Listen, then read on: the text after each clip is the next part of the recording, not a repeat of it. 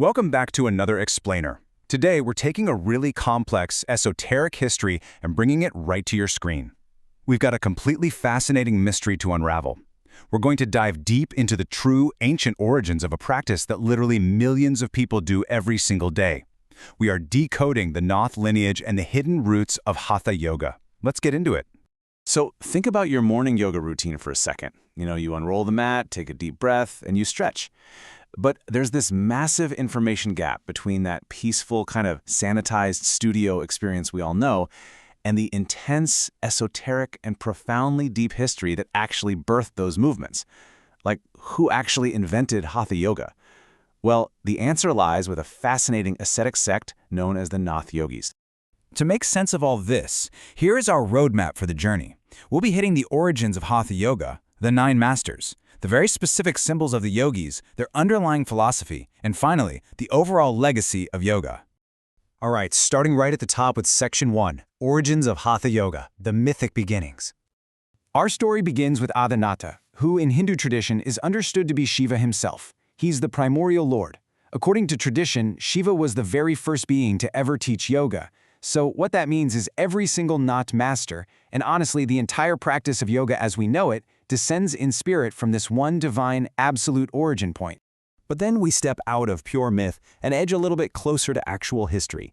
And this brings us to Matsyendranatha, famously known as the Lord of the Fish. He is credited with recovering these sacred teachings from Shiva and officially founding the Nath cult. He's this crucial bridge, right? He stands between divine knowledge and human practice as the very first human teacher in the lineage. But the guy who truly grounded this whole practice was Matsyendranatha's chief disciple, Gorakshanatha. He wasn't just a follower, he was a brilliant systematizer.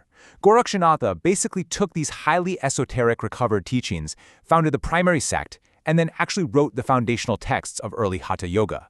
He essentially turned mysticism into a clear, structured technology for the human body and mind.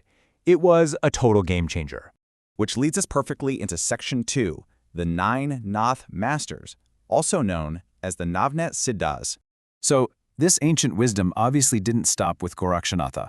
It was carefully passed down and codified through 9 great siddhas, who are collectively known as the Navnath. Now, the exact lists of these 9 masters can vary a bit across the 18 to 20 different Nath branches, or panths, but the overarching structure is always there.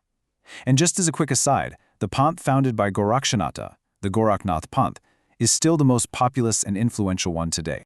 Now, what's really fascinating here is how beautifully organized this dense cosmological mapping actually is. The Nath lineage isn't just some list of teachers, it's practically a map of the universe itself. Notice how every single master is intimately tied to a presiding deity and a fundamental element of reality. You've got Adinata aligned with Shiva and primordial light. You've got Udinyata aligned with Parvati and the earth, Satyanata with Brahma and water, all the way down to Kantarinata connecting Ganapati with the element of space. It's a completely integrated spiritual ecosystem. Moving right along to Section 3, Symbols of the Yogis, the Nath Sampradayak Visha. Before we break down the individual garments and tools, just take a second to look at this baseline, really striking visual profile of a wandering Nath yogi mendicant. To an outsider, this might just look like standard ancient ascetic garb, but to those in the know, every single item this yogi is wearing is a highly specific, readable sign of their devotion and their rank. First, let's focus on the face and neck. You've got the Karna Kundala. These heavy, super distinctive earrings are the absolute unmistakable mark of a fully initiated yogi who's had their ear cartilage pierced. I mean, that is a serious rite of passage. And worn right alongside those are the Rudraksha Mala, which is a rosary made of sacred seeds that specifically denotes their intense devotion to Shiva. Moving down the body, we find the literal, physical bindings of their ascetic vows. We've got the Dandari, or Gorakdanda, which is the specific knotted woolen cord of the Nath order. And that's paired with the Mekala, a woolen waist cord. These aren't just accessories or belts. They are tangible, daily reminders of their incredibly strict vows of renunciation. They literally bind the yogi to the spiritual path. Here we see this beautiful, striking contrast between status and survival. The Janot, that sacred thread, is a very clear marker of high initiatory status within their spiritual hierarchy. But that high status is accompanied by the absolute utmost humility. You also see the Kathara, or Goody, a simple ascetics bag and blanket. And those are the bare minimum requirements for surviving a harsh, wandering life, completely exposed to the elements. We'll wrap up our visual profile with their auditory symbols, basically the sounds of the Nath yogi. There's the shringi, a horn whistle that's traditionally blown to announce the powerful arrival of the yogi into a village or a new space. And alongside that is the kingri, a really simple one-string devotional instrument they use to express deep inward devotion through music. Let's shift gears now into Section 4, the underlying philosophy, Shaiva Siddhanta. Just look at the intense inward focus on this yogi's face, because beneath all that striking external appearance, beneath the horn whistles and the woolen cords, lies a dense, incredibly sophisticated inward-looking framework. It's a philosophy completely designed for understanding human suffering, the nature of the soul, and ultimately how to transcend the material world. At the absolute foundation of every Nath teaching, no matter which subschool you look at, you'll find the three principles, or tattva-traya. Let's play translator for a second, because this is effectively an early, profound psychological map of the human condition. First, you have Pati, that's the Lord, or Shiva, the ultimate reality. Second, you have Pashu, which is the bound soul, meaning the individual self struggling here in the world. And third, there's Pasha, the actual bondage, the tethers that bind our soul to material existence. So the big question is, how does the bound soul break free from that bondage? Well, the philosophy outlines 4 progressive paths to liberation. Step 1 is karya, which dictates proper external conduct and behavior. Step 2, kriya, moves you deeper into inward service and ritual. Step 3 is yoga itself, the active, practiced union of the soul and the supreme self.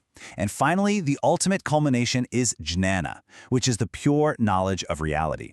It's this precise step-by-step roadmap from basic external actions all the way to total enlightenment. And that brings us to our final arc, Section 5, the legacy of yoga, reach, and impact. Geographically speaking, the reach of these ascetics was staggering. From their strongholds across India, especially in Gorakhpur, and along the Nepalese border, their influence just exploded outward. Over in Nepal, the founder Matsyendranath is actually still worshipped today in Kathmandu as Shweta Matsyendra. And surprisingly, these teachings didn't stay confined to India. They traveled right along trade routes, reaching deep into Persia, Afghanistan, and the wider Middle and Far East. It spread like wildfire. Culturally, these teachings flowed directly into some massive later spiritual movements. For instance, a key figure in Gorakshanatha's line, Nivrittinath, initiated a student named Jnanadeva. Jnanadeva then went on to fuse this physical Hatha teaching with deep devotion, or bhakti, which essentially fed the massive Varkari tradition in Maharashtra. Plus, a later text written by Swati Mara, called the Hatha Yoga Pradipika, became the absolute foundational template for all the later physical yoga texts that followed. So the absolutely crucial takeaway here is this unbroken timeline. Between the 9th and 11th centuries, these masters essentially rescued yoga's practical, embodied core from tantric excess, establishing this body-first principle. By the 15th century, Swatmarama codified this into the texts that gave rise to the systematic technology of breath, posture, and energy locks. And today, we literally use that very system, the asana and pranayama, in studios worldwide. It really makes you pause and think, doesn't it? The next time you unroll your yoga mat, take a breath, and settle into a posture, try to remember the thousands of years of history supporting you. How do those ancient ascetic paths, the pierced ears, the woolen cords, and the cosmic maps of the Nath yogis silently shape your modern morning routine? It's this profound hidden ancestry standing right behind you. Thanks so much for joining me to decode this incredible history, and I'll catch you in the next explainer.